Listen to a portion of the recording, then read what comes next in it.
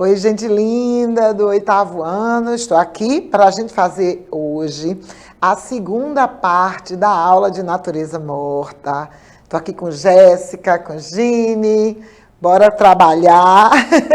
Vamos. Hoje o tempo está corrido, Gine. Bora Temos lá. muita coisa para ver. Então, vamos embora, que temos pouco tempo. Então, a nossa aula é sobre natureza morta, como eu já falei. A gente vai dar uma revisada bem rápida, né, sobre a aula passada, e a gente vai trazer hoje outros assuntos dentro do tema, tá bom? Relembrando a vocês o que é a natureza morta, né, que é um gênero pictórico, mas ele inclui outras linguagens também, embora ele tenha se fortalecido e sido criado dentro da ideia da pintura, mas ele extrapolou essa linguagem. Hoje a gente trabalha a natureza morta em várias linguagens, na escultura, na gravura, na fotografia, principalmente na fotografia nos dias de hoje, né? E a representação de seres inanimados, de frutas, de flores, de objetos, né? A gente viu na aula passada que, né, a natureza morta ela sempre existiu na arte egípcia, na arte grega, né? Até em algumas representações pré-históricas é possível se ver, né, a presença das frutas, né, da natureza, mas ela ganhou força a partir do século XVI, século XVII, ela foi bem forte, né, foi um momento assim, importante, onde a natureza morta foi bastante valorizada, né. Depois, no século XVIII, ela teve uma baixa, voltou no século XIX, aí a gente está vendo a fala do Caravaggio, que foi um grande artista do século XVII, um artista barroco italiano, muito valorizado, muito respeitado. E ele falando, né, por conta dessa questão da valorização da natureza morta, ele diz: custa-me tanto trabalho fazer um bom quadro de flores quanto um quadro de figuras. Ele está dizendo isso para justificar, justamente porque há sempre essa discussão, né, se a natureza morta é uma arte menor, né? Então, ele construiu essa fala dizendo que tecnicamente, né, exige tanto do artista quanto fazer uma natureza morta, quanto fazer uma obra mais com a presença da figura humana, que geralmente é mais valorizado. Aí, século XIX, vocês estão vendo duas obras de Cézanne. Cézanne também foi um artista muito conceituado em sua época, muito respeitado por seus pares, né, pelos artistas de sua época, e ele retomou a natureza morta que estava meio que em baixa, né? A partir do século XVIII, a natureza morta caiu um pouco, né? Ninguém queria pintar a natureza morta, os artistas só pintavam quadros figurativos, principalmente o tema histórico foi muito forte no século XVIII, né? Então as obras eram mais, né, com teor histórico, aquelas obras ou religiosas ou históricas, né, com as representações das grandes feitos, né, das revoluções, das tantas guerras que aconteceram naquele período, e a natureza morta ficou em baixa. E aí Cézanne, no século XIX, recuperou, né, começou a pintar a natureza morta, e quando ele fez isso, ele chamou a atenção novamente para esta forma, né, para esse tema, né? E aí vários artistas começaram a pintar a natureza morta. Então, no século XIX houve bastante obras de natureza morta. Aí vocês estão vendo duas naturezas mortas do Van Gogh, que é um artista mais contemporâneo aí do Cézanne. Vocês estão vendo esse QR Code aí.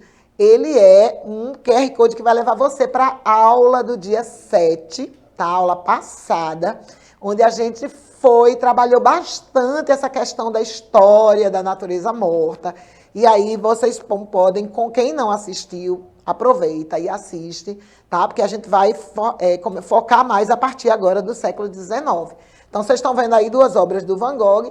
Em uma delas, vocês estão vendo uma caveira, né, que ainda é resquício, né, do movimento Vanitas, que foi um dos movimentos, né, que aconteceram dentro da natureza morta, principalmente no norte da Europa. E o Van Gogh, ele é do norte da Europa, ele é holandês, né, embora ele tenha feito sucesso, ou, aliás, ele não fez sucesso, né, mas ele se mudou para, desculpem aí, ele faz sucesso hoje, né? Isso. Mas no seu período ele não fez. Mas ele foi para a França, né? A parte mais importante assim, da sua produção artística foi feita na França, quando ele viveu na França.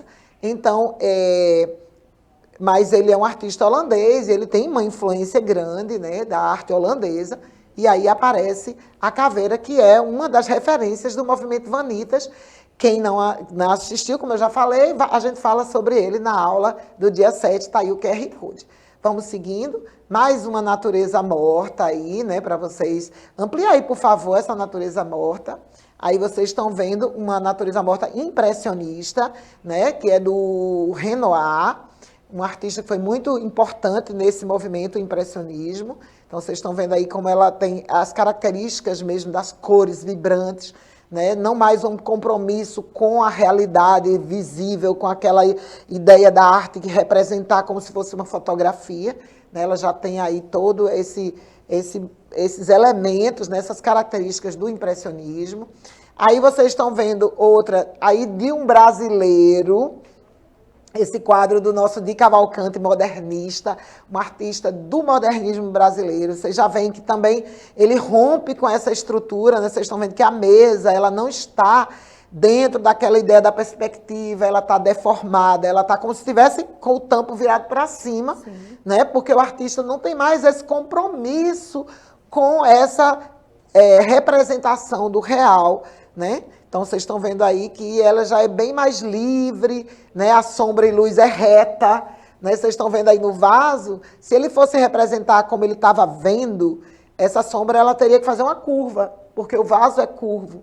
E ele colocou aí uma sombra reta, então é uma forma de representação mais do modernismo, né? Atrás vocês estão vendo também um outro artista modernista, esse artista é o Aldemir Martins. Vocês estão vendo que ele usou cores bem vibrantes, ele eliminou completamente a perspectiva, é uma obra completamente chapada, essa natureza morta do Aldemir Martins, que está do outro lado, bem colorida.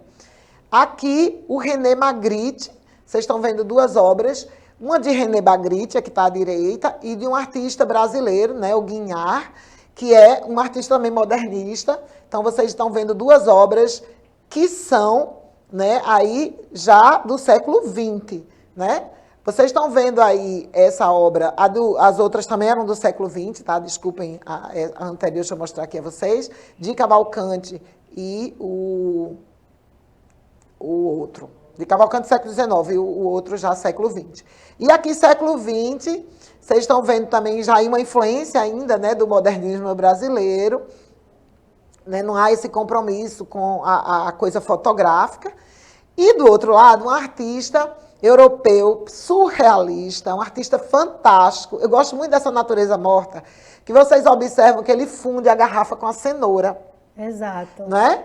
E aí o Magritte, vê o Magritte profetizando. Porque isso nada mais é, claro que na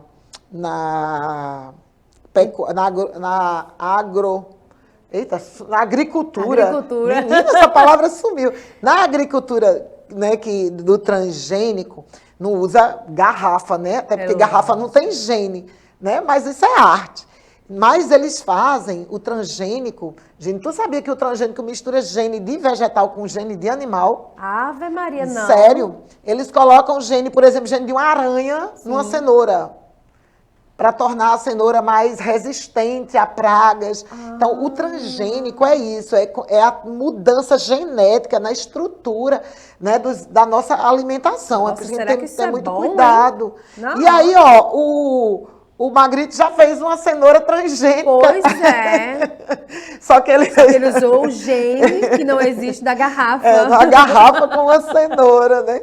É uma ideia, mas aí já é uma profecia, né? Porque a arte, ela se adianta, né? Ela avança, ela tem essa visão, né? Que amplia, que se antecipa. Mais uma obra do Magritte aí, vocês estão vendo, né? O guarda-chuva com um copo em cima. Vê que interessante, né? Colher né? a água da chuva, né? já é outra pensamento. E também pode ter uma outra ideia, a ideia do que transformar um copo d'água numa tempestade. A gente usa muito essa expressão, né? A pessoa está transformando um copo d'água numa tempestade. Pode ser isso, pode ser tanta coisa, mas é uma natureza morta, porque a natureza morta não tem que ser fruta, gente. Não tem que ser flor, vaso, tudo que é inanimado. Lembrem disso, o que caracteriza a natureza morta é a representação principal serem objetos inanimados. Então, essa imagem aí, essa pintura, que parece uma fotografia, porque o Magritte é um artista hiperrealista, então ele tem essa capacidade de pintar e parecer que é uma foto, tá? Então, essa obra do Magritte, do lado aqui também é do Magritte, ele é incrível, eu amo esse artista. Ele colocou aí, vê o que ele quer dizer com isso. Ele está falando da arte, ele está questionando, ele tá, né? Ele colocou um quadro, uma tela em branco e colocou as frutas em cima. Ele está falando justamente da natureza morta. Isso é uma metalinguagem. Sim. Né? Ele está falando da pintura da natureza morta. Quando ele coloca a natureza morta dentro da tela. Não, e eu estava me perguntando, né? Eu disse, gente, ele está usando uma tela. Isso, ele está falando disso. Até onde eu vou chegar, mas eu não consegui chegar nessa parte. Porque a natureza morta, ela está sempre sendo questionada, seu valor, minha gente. É impressionante isso. E não precisa, né? né? Essa discussão, se a natureza morta é uma arte importante ou não. E o Magritte ele traz essa discussão aí nessa obra. Quando ele colocou a tela e a natureza morta em cima da tela. Né? Ele vem trazer essa discussão. Qual é o valor da arte, da natureza morta na arte? Né? Esse quadro também é incrível do Magritte. Aí tem um cachimbo e tem uma inscrição onde ele diz, ceci n'est pas un pipé. O que ele quer dizer? O que diz essa frase? Isto não é um cachimbo. E aí, Gine, o que é que tu acha? Que a pessoa vai ter que realmente abstrair muito para não ver como um cachimbo. O que é que ele quer dizer com isso? Bom, tem várias interpretações. Exato. Uma delas é que ele quer chamar atenção para a arte como representação, da questão da representação, do simbólico. Então, ele está dizendo que isso não é um cachimbo, isso é um desenho de um cachimbo. O que não é a mesma coisa. Ok? Então, ele quer dizer isso é arte. Isso é arte, isso não é um objeto. É arte, é a representação do objeto, é como eu represento esse cachimbo, e outro pode representar de outra forma.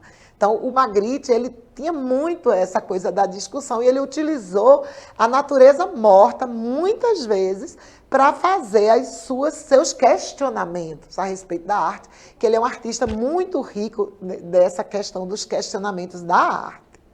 Bora lá? Aí, agora a gente está vendo duas representações de natureza morta, né? Uma do nosso Brenan, né? Uma jaca, que está sendo aí, esqueci agora o verbo, mas eu vou empalada.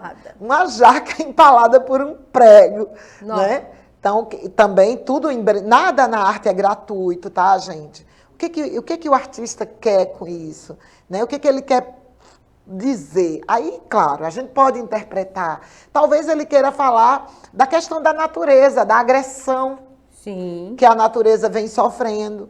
Né? Tem várias questões. A ação do homem, por conta das ferramentas, que são ferramentas feitas pelo homem, não é? A ação do homem sobre a natureza. Exato. Né? Do outro lado, a gente tem uma escultura feita com vários objetos. Né? Tem ali um desentupidor de pia, tem uma taça, né? Uma lata e um cano montados, construímos-se um objeto a partir disso. Isso é uma natureza morta, porque ele está trabalhando com objetos, com coisas do cotidiano. É um quadro, em forma disso. É uma escultura. É uma escultura. Okay. Então, como eu disse a vocês, a natureza morta, ela extrapolou a questão da pintura, e ela hoje, ela está em todas as formas de representação visual. Vamos ver mais um pouquinho. Agora, já mais perto da gente, aí a natureza morta como objetos não só artísticos, mas também decorativos, né? Aquelas frutas que a gente bota, né, de cera, ou de plástico, ou de cerâmica, que a gente bota numa bandeja bem bonita para enfeitar a mesa da cozinha ou da copa, porque a gente não quer botar a fruta de verdade porque ela apodrece, né? Então, a gente, às vezes, compra objetos, eles são lindos de madeira, são objetos artísticos, decorativos, não são objetos mais próximos do artesanato, não é, do que da grande arte. E eles fazem menção Sim, a arte. A arte, né? E A eles são fruta. interessantes, né? Ali tem também. E ali é um quadro, Tem texturas, é um né? quadro feito, é um quadro, ali é uma assemblagem, na verdade, Sim. né? Porque a assemblagem é essa Mistura, forma né? de arte que parece uma pintura, mas que está no meio do caminho entre uma pintura e uma escultura. Não é nem pintura, nem escultura. Está no meio do caminho, é uma assemblagem ali, que tem os objetos mesmo, acho que feitos em algum material, madeira, cerâmica, né, no quadro ao lado. Vamos seguir mais um pouquinho. Mais uma de Brenan aí. A gente está vendo duas obras, uma de Picasso e uma de Brenan. As duas são obras de cerâmica, porque o Picasso fez cerâmica, fez muita cerâmica. Inclusive, ele foi muito importante para o Brenan, porque, né, o Brenan, eu ouvi isso da boca dele, eu já vi esse vídeo, mas eu ouvi pessoalmente, numa visita que fiz, tive a sorte de encontrá-lo no ateliê, e ele disse que ele não valorizava a cerâmica, porque o pai dele tinha uma fábrica de telhas, e ele é, né, de uma família de industriais, e ele não valorizava, ele queria pintar, às vezes só dava valor à pintura. E aí ele foi para a Europa estudar, e quando ele chegou lá, ele conheceu a cerâmica de Picasso. Quando ele conheceu a cerâmica de Picasso, ele ficou impactado e ele disse que ficou envergonhado. Ele teve vergonha, como é que ele, que tinha, né, toda uma estrutura, Exato. né, não valorizou esse material. E aí, quando ele voltou para o Brasil, ele fez o que hoje é aquela coisa maravilhosa. Né? E aí ele entrou com gosto de gás mesmo ali na fábrica que ele tinha herdado, aquela fábrica do pai, e ele transformou num ateliê maravilhoso, né? Que a quem não teve a oportunidade ainda de conhecer, vai conhecer a oficina cerâmica, que é linda. E aí vocês estão vendo peças que representam ali, parecem bules, né? Mas do jeitinho de Brenan, né? Exato. Do jeitinho de Brenan. E aqui essa obra de Picasso também, é uma coisa mais, né? Não dá, é uma assemblagem, em cerâmica, mas é uma assemblagem, porque ele é a coisa cubista dele, né? Ele mistura, é como se fosse um violão todo quebrado, né? Você vê ali o braço do violão, mas é uma natureza morta porque é um elemento inanimado. Bora lá, outras obras modernas aí, ali vocês estão vendo esses artistas, né? Trabalham em bronze, essas maçãs, que são lindas, né, Gina? É um conjunto belíssimo. E o outro, ele fez, de uma forma inusitada, uma representação mais tradicional, digamos assim. Né? A garrafa, o copo, a maçã, como um bloco só, numa escultura muito bonita também, esse trabalho de Hilário Massetti. E aí, olha só, uma instalação, lindo, né? Que é uma natureza morta, onde ele vai misturar aí uma árvore com uma xícara, saindo do livro, como se eles estivessem brotando do livro, né? O café. Ali eu não reconheço esse objeto. É uma granada, é, Gine? Cadê? Deixa me ver. É uma bomba, é uma granada. É uma granada. Uma bomba então, daquelas antigas. Sei lá, isso pode remeter a tanta coisa, né? Talvez ele queira dizer que do livro, do conhecimento, pode surgir tanto coisas boas. Isso. Quanto coisas deletérias, né? Com certeza. Eu acho que ele quer. E ali, olha, o livro fala sobre natureza também. Não, é Fantástico Humanitatis. Está em latim isso aí. Então ele está mostrando, justamente, acho que a ideia é essa, o que o ser humano é capaz de produzir, né? Isso é uma natureza morta, é uma instalação, é um objeto muito bonito, e tem né? muito a dizer. Muito a dizer. E aí, continuando aí, a pintura e já a fotografia, aliás, desculpem, aí vocês já estão vendo a fotografia, né? A representação da natureza. Eu estou correndo um pouquinho, minha gente, porque eu quero mostrar tanta coisa para vocês, tem tanta coisa legal na aula, e eu estou com medo que o tempo não dê. Mas aí vocês estão vendo fotografia, né? Mais aí natureza morta em fotografia. A natureza morta é muito usada na publicidade. Exato. Hoje em dia é a coisa assim que está se utilizando mais da natureza morta na fotografia, na decoração, principalmente na publicação, né, em revistas de decoração, vários elementos. Aí a fotografia ela vai abarcar esse universo, né? Aí mais fotografias vocês estão vendo, né? A cebola, ali vocês ampliei, por favor. Então aí tem várias, e ali tem um videozinho também, porque o vídeo também, né, vai utilizar, foi o único vídeo que eu coloquei, né, a velhinha ali com as frutas. Então é um universo, está dentro da estética do cotidiano também, né? Gente, você quer falar alguma coisa? Sim, eu já tive uma ideia para os nossos alunos. Um vídeo em natureza morta, com um objetivo, com uma mensagem que ele queira Sim. passar e mandar para o Ensine. Pois é, vamos seguindo. Olha aí, atualmente, olha que foto linda, perto da hora do almoço já. Jesus, nem quero ver. Isso, gente, foto de culinária é natureza morta. Natureza morta. É estranho, né? Mas é natureza morta. E esse é um dos usos da natureza morta na atualidade, que são as lindas fotos de culinária, tanto nos sites especializados, nas revistas, né? Olha aí, as fotos sempre muito bonitas, muito bem elaboradas, né? Agora a gente vai falar também da fotografia artística, se utilizando não só a publicidade, não só os sites, as revistas de culinária, mas os artistas que querem trazer uma mensagem através da sua fotografia, quer fazer pensar a partir também da natureza morta em fotografia. Vê que coisa linda, Gine.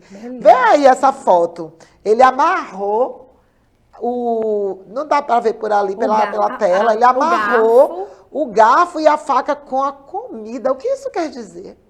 Ai, meu Deus, que tá tudo entrelaçado, será? Tem várias formas. Essa é uma forma de interpretar, né? Talvez ele queira falar do quanto tá difícil, da comida, da fome, né? De que a comida não é para todo mundo, da insegurança alimentar. Exato. Né? Do outro lado, vocês têm como se fosse uma bandeira feita com vagens. Né? Ele picotou a vagem e formou uma bandeira. Olha só. Né? Não é uma bandeira de nenhum lugar específico, mas aí também tem um significado, talvez, né? Talvez ele queira dizer que a gente precise pensar e ter essa questão da alimentação, do olhar para o alimento como uma bandeira, como algo pelo qual a gente precise lutar. Né? Que a gente precise se representar. Olha só essas outras duas. Uma natureza morta, o cara fez uma figura de macarrão, uma escultura no prato, isso é uma assemblage, né?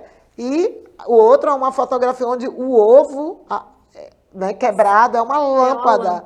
É uma ideia. De luz, de né? vida, De luz, de vida. Tem vários significados. Vocês podem fazer as leituras de vocês. Olha aí, uma instalação, Gine, de natureza morta. Esse artista é interessantíssimo, porque ele projeta as imagens de alimentos sobre armas. Né? Ele querendo colocar, assim, em vez de armas, alimentos. Vocês estão vendo aí que está dividida a imagem? Olha, aquela parte branca ali é onde ele projetou. As armas, elas são de gesso. Deixa eu mostrar aqui, olha aqui. Ai, meu então, Deus. ele faz a natureza morta em objeto de gesso e depois ele projeta as imagens dos alimentos sobre a escultura de gesso.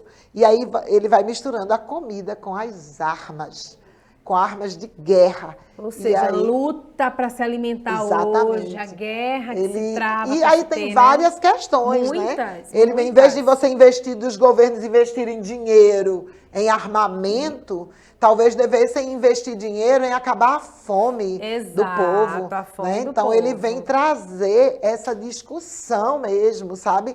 Da arma ao contrário, né? Exato. O contrário da morte, a vida. A vida. Né? A arma representa a morte, representa a luta, né? A luta e nem sempre... E as armas que ele usa, gente, dá mesmo a entender, a trazer para a gente a ideia de arma não como luta pela sobrevivência, mas como violência mesmo. Né? Essa violência que está posta muitas vezes por conta de drogas, por conta de ganância, de interesses escusos, ao contrário da vida que é representada pelos alimentos. E olha o movimento Vanitas novamente aí. Olha, o movimento Vanitas começou lá no século XVIII, mas ele volta aí, por favor, para a tela das caveirinhas, por favor. Essas caveirinhas, elas estão